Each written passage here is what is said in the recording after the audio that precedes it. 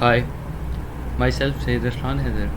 In this video, we are going to talk about the hot topic dive of reborn from the 13,000-year-old tooth. ये topic बहुत ज़्यादा trending में रहा है। 7-8 दिन हो गए हैं। बहुत से यूट्यूबर्स इस पर बहुत ज़्यादा बात कर रहे हैं। हम इस वीडियो में देखेंगे, जेनेटिकली पर्सपेक्टिव से देखेंगे कि कैसे 13,000 साल पहले का जो एक दांत था डायर वॉफ का, जो कि एक एक्सटिंक्ट स्पीशी है, उससे दोबारा एक डायर वॉफ दोबारा कैसे क्रिएट कर लिया गया इतने सालों बाद। तो सबसे पहले जो क्वेश्चन अराइज होते हैं किसी भी देखने वाले शख्स में कि जेनेटिकली पर्सपेक्टिव से क्या ये चीज़ें पॉसिबल हैं। सबसे पहले जो क्वेश्चन अराइज होता है कि साइंटिस्ट ने एक एक्सटिंक्ट एनिमल जो कि बहुत सालों पहले इस दुनिया से ख़त्म हो गया है, उसके एक दांत से कैसे दोबारा वो एनिमल को बना दिया है। तो सेकंड क्वेश्चन ये अराइज होता है कि कौन सी टेक्नोलॉजी या कौन से मेथड या कौन सा इसके पीछे एक पूरा प्रोसेस था जिसकी वजह से ये रीबोर्न हुआ है। उसके बाद थर्ड क्वेश्चन जो हमने डिस्कस करना है वो है कि क्या डायर वॉफ एक्चुअली में दोबारा ज़िंदा हुआ है या सिर्फ उसका एक डीएनए की वेरिएशन है, यानी कि एक DNA highly resemble DNA version है। फोर्थ क्वेश्चन ये है कि क्या रीबोर्न का मतलब इस केस में क्या होगा। सबसे पहले हम देखते हैं इसको बनाने इस ऑर्गेनिज़म को, यानी कि वॉफ डायर को बनाने वाली जो कंपनी है वो है क्लोजल बायोसाइंसेस। ये उनकी वेबसाइट का इंटरफेस है। ये देखिए, उन्होंने एक वॉफ को क्रिएट किया है जो कि कई सालों पहले इस दुनिया से ख़त्म हो चुकी थी। अब हम इससे पहले कि हम अपने टॉपिक की तरफ जाएं और क्वेश्चन को एड्रेस करें, हम कुछ कंपनी के बारे में ओवरव्यू देखते हैं। क्लोजल बायोसाइंसेस एक बायोटेक कंपनी है जो कि 2021 में डैलस टेक्सास में एक बहुत नामवर हार्वर्ड के बड़े जेनेटिस्ट डॉक्टर जॉर्ज चर्च और एक टेक एंटरप्रेन्योर बेन लेमन ने इसको फाउंड किया है। और इनका जो मेन मोटिव ये है कि जो स्पीशीज़ एक्सटिंक्ट हो चुकी है उनको दोबारा रिवाइव करें और उनको हमारे माहौल में लेकर आएं। ये दो साइंटिस्ट है जिन्होंने, एक इनमें से साइंटिस्ट है जो लेफ़्ट साइड पे हैं, डॉक्टर जॉर्ज चर्च जो हार्वर्ड से पढ़े हैं, और जो इनके साथ हैं वो है बेन लैम जो कि टेक एंटरप्रेन्योर हैं।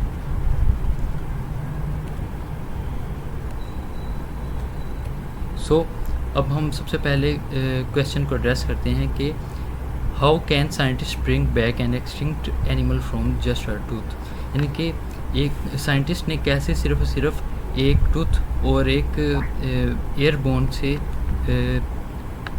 दोबारा एक एक्सटिंक्ट स्पीशीज को रिवाइव कर लिया है। तो सबसे पहले जो कोई भी शख्स है उसके जहन में ये सवाल आएगा कि इतने साल पहले जो डायर वॉफ एक्सटिंक्ट हो चुका है उसके जो फॉसिल है उनमें से डीएनए को कैसे एक्सट्रैक्ट किया जा सकता है।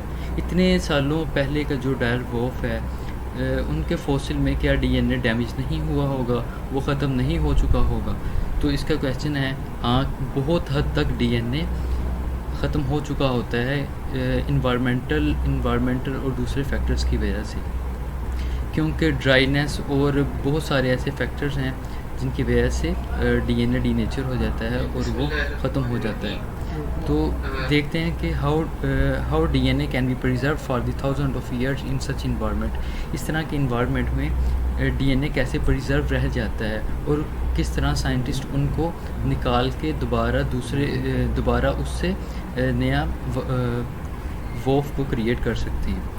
तो याद रहे कि जो ये डायर वॉफ थे जो इनके फॉसिल्स हमें मिले थे, पहली बात ये कि ये फॉसिल से जो ये ऐसी कंडीशंस में रहे हैं, कुछ केव्स में थे, कुछ ऐसी कंडीशन में थे जहाँ पे सारा डीएनए उनका डैमेज नहीं हुआ था, उनकी बॉडी में कुछ ऐसे पार्ट्स थे जहाँ से डीएनए अभी भी डैमेज नहीं हुआ था, यानी कि अभी भी प्रिजर्व था।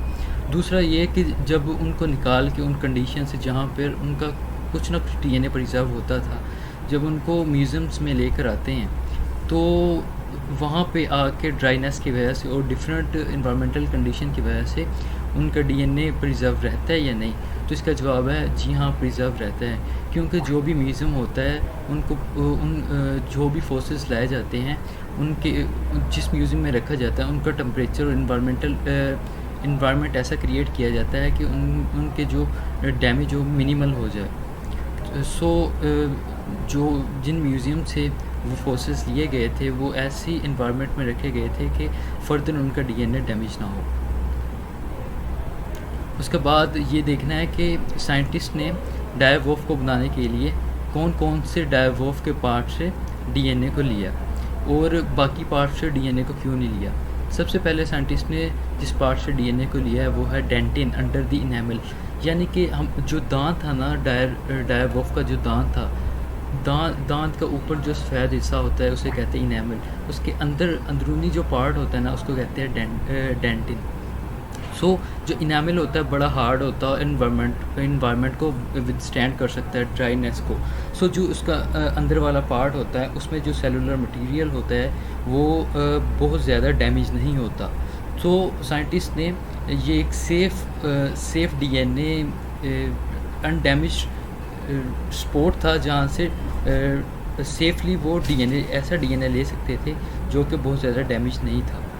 उसके बाद जो सेकंड पार्ट था जहाँ से मेजरली डीएनए उनका जीनोम लिया गया वो था पेट्रोसल बोन एयरबोन, यानी कि डायवोफ के फॉसिल्स से जो एयर बोन्स थे ना उसके पेट्रोसल बोन थे।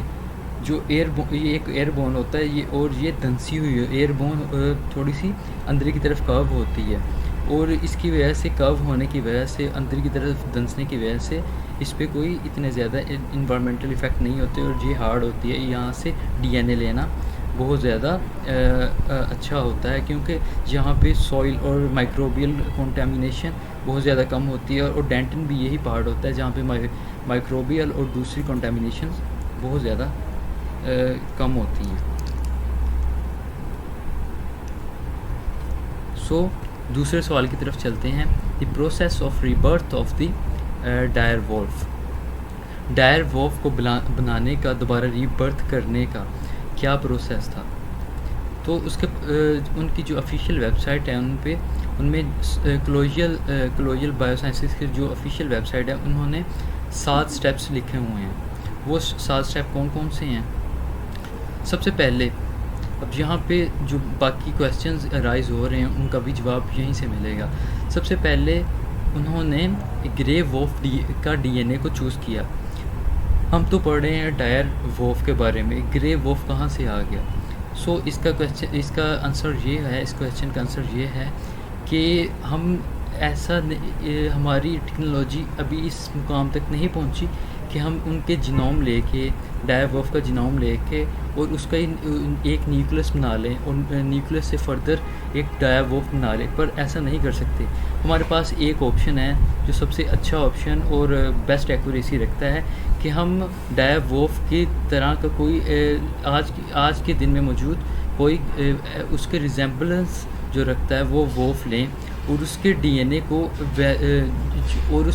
के जो पार्ट्स हैं जो डायवोल्फ से रिजेंबल करते हैं उनको ना छेड़ें, पर जो ग्रे वोल्फ है उनके जो वो पार्ट्स हैं जो डायवोल्फ के डीएनए जो हमने लिया था उनसे रिजेंबल नहीं रखता, तो उनकी जगह हम ग्रे वोल्फ के वो जीन्स को निकाल के उन जीन्स को पुट कर दें जो कि डायवोल्फ के जीन्स हैं।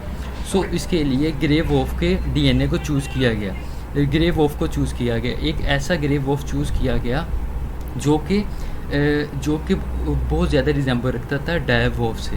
डायवोल्फ के डीएनए, उसका जेनेटिक मटेरियल बहुत ज़्यादा उसके साथ रिजेंबल रखता था। ठीक है, तो सेकंड जो स्टेप है वो है कि उन्होंने capture cells and sequence DNA. उन्होंने क्या किया कि जो ग्रे वोल्फ था, ग्रे वोल्फ का उन्होंने उन्होंने ग्रे वोल्फ के डीएनए को कैप्चर किया।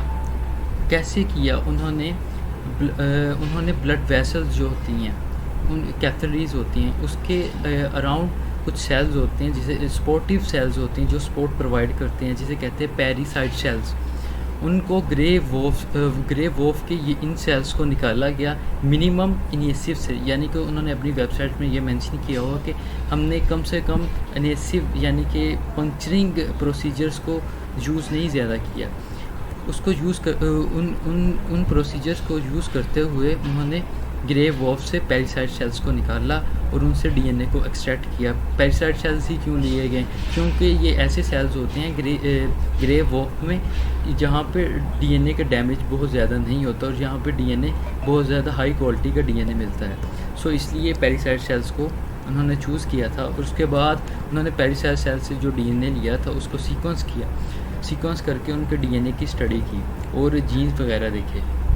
उन्होंने फिर क्या किया? उन्होंने जो ग्रे वोल्फ का अलाइन जीनोम दोनों जीनोम्स को अलाइन किया, मतलब कि जो डायर वोल्फ का डीएनए लिया था हमने फॉसिल से और उसके बाद जो डीएनए वगैरह हमने लिया था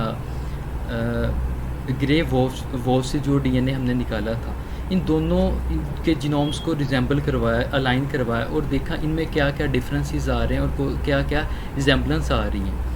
तो उन्होंने क्या किया कि कंप्यूटेशनल टूल्स को यूज़ करके उनमें जो डिफरेंसेस थे उनको फाइंड किया। फोर्थ पॉइंट है फाइंड द डिफरेंसेस। उन्होंने जेनेटिक डिफरेंसेस फाइंड किए हैं कि दोनों के जीनोम में जो डिफरेंसेस है वो कौन कौन से पाए जाते हैं। जैसे कि दोनों के जीनोम में जो डिफरेंसेस पाए जाते थे वो उन जीन्स में थे, साइज़ वाले जीन्स में थे, स्मेल वाले जीन्स में थे, इम्यूनिटी वाले जीन्स में थे और दोनों वोल्फ्स के दरमियान जितने भी जीन्स में डिफरेंसेस पाए गए उन डिफरेंसेस को उन्होंने नोट किया। फिफ्थ स्टेप में उन्होंने क्या किया कि उन्होंने चेंज ग्रे वोल्फ जीन्स। उन्होंने क्या किया कि जो जब डिफरेंसेस उन्होंने ग्रे वोल्फ में देख लिए कि डायर वोल्फ के रिजेंबलेंस डायर वोल्फ के जो डीएनए था उसके मुताबिक जो डिफरेंसेस पाए जाते थे ग्रे वोल्फ में, तो उन डिफरेंसेस जो डिफरेंट जीन्स थे उन जीन्स को कट किया और क्रिस्पर टेक्निक को यूज़ करते, जो कि एक क्रिस्पर टेक्निक होती है जो कि जीन एडिटिंग के लिए यूज़ होती है। उस क्रिस्पर टेक्निक को यूज़ करते हुए उन्होंने क्या किया कि ग्रे वोल्फ के वो जीन्स को काटा जो रिजेंबल नहीं रखते थे और उनकी जगह वो जीन्स डाल दिए जो कि डायर वोल्फ के थे। तो इस तरह से हाईली रिजेंबल्ड डायर वोल्फ का जीनोम बन गया। जब हाईली रिजेंबल्ड डायर वोल्फ का जीनोम बन गया और उन जीन्स को रिमूव करने के बाद जो कि रिजेंबल नहीं रखते थे डायर वोल्फ से, तो उसके बाद उन्होंने क्या किया कि क्लोन दी सेल्स। उन्होंने डीएनए को इंसर्ट किया एग सेल्स में। जो एग सेल्स लिए उन्होंने एग सेल्स से जो पहले न्यूक्लियस था एग सेल्स में, वो न्यूक्लियस को रिमूव किया। उसके बाद सोमैटिक सेल न्यूक्लियर ट्रांसफ़र एक टेक्निक होती है, उसको यूज़ करके उन्होंने वहाँ पे जो न्यूक्लियस था, जो ग्रे वोल्फ का न्यूक्लियस था जिसमें हमने जीन्स को इंसर्ट किया था, जो डिफरेंट जीन्स थे डायर वोल्फ के, उनमें इंसर्ट करके उनके न्यूक्लियस को क्या किया, क्लोन कर दिया एम्ब्रियो में। ठीक है।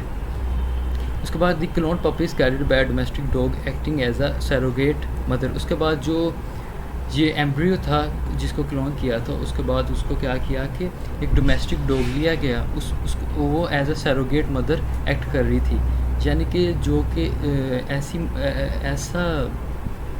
ऐसी मदर जो कि जिसके अंदर कोई और न्यूक्लियस हो और उसमें डिफरेंट ट्रेट्स पाए जाते हों, तो वो उसको बर्थ दे दे। सो यहाँ पे वीडियो एंड होती है। अगर आपको मेरी वीडियो अच्छी लगी है इसको लाइक करें, शेयर करें, सब्सक्राइब करें और